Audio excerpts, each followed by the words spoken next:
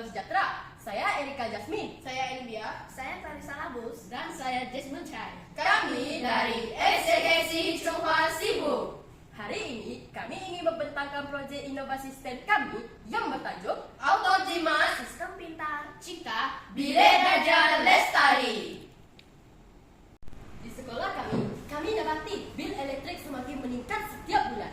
Apabila disiasat, banyak murid membiarkan lampu dan switch kipas terbuka, walaupun tidak ada seseorang pun di dalam bilik belajar. Masalah ini tidak terstruktur dan berulang-ulang, melibatkan pelbagai pihak, guru, pelajar, dan pengurusan sekolah.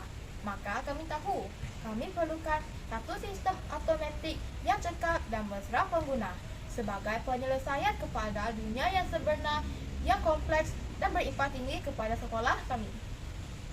Bagaimanakah cara untuk memastikan peralatan elektrik seperti lampu dan kipas hanya berfungsi apabila diperlukan sahaja dan dapat ditutup secara automatik apabila orang tiada di dalam bilik? Jika satu sistem otomatik dapat dibina menggunakan sensor untuk mengesan kehadiran manusia, maka lampu dan kipas dapat dikawal secara otomatik dan pembaziran elektrik dapat dikurangkan. Kami telah membangunkan 3 versi prototipe. Prototipe pertama menggunakan sensor bunyi. Tapi kami dapati suara dari kelas sebelah turut mengaktifkan sistem, jadi tidak sesuai. Prototipe kedua menggunakan satu sensor PIR. Ia berfungsi tetapi tidak cukup berkesan untuk kelas yang besar kerana jarak pengesahan yang terhad. Setiap versi kami uji dan bandingkan. Versi ketiga terbukti paling stabil dan sesuai digunakan di sekolah sebenar. Akhirnya, dalam prototipe ketiga, kami memasang 2 sensor PIR di depan kelas supaya sistem lebih peka dan dapat mengesan semua murid.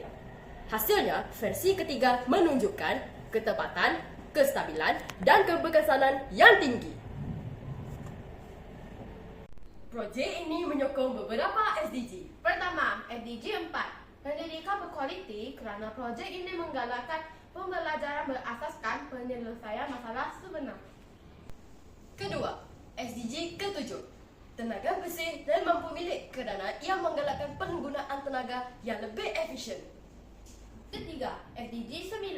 Inovasi dan infrastruktur kerana pelajar mencipta dan menguji penyelesaian teknologi dalam persekitaran sebenar.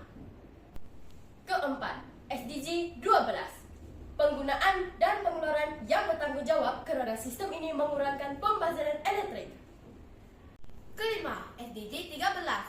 Tindakan terhadap perubahan iklim kerana penjimatan tenaga menyumbang kepada pengurangan pelepasan karbon.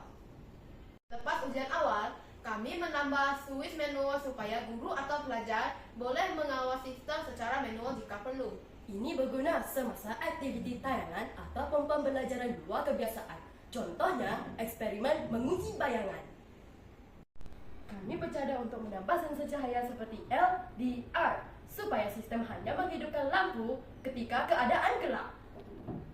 Kami juga ingin uji pemasangan sistem ini di bilik guru dan makmal lain dengan pergabungan sistem dengan notifikasi digital IoT dan jadikannya sebagai modal pembelajaran RBT atau sains.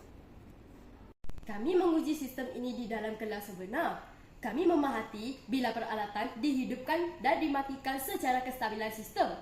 Kami juga menjalankan soal selidik kepada 30 pelajar dan guru. Sebanyak 90% menyatakan sistem ini berkesan, selamat dan mudah digunakan. Kami juga anggarkan penggunaan tenaga dapat dikurangkan 5 hingga 10% jika digunakan secara berterusan. Projek ini memberikan kami pengalaman menyeluruh dalam mengkaji, menguji dan membentangkan satu penyelesaian inovatif secara saintifik. Kami berbangga kerana dapat menyumbang kepada komuniti sekolah melalui teknologi yang mudah dan lebih efisien. Sekian tepuk tangan kami. Terima kasih.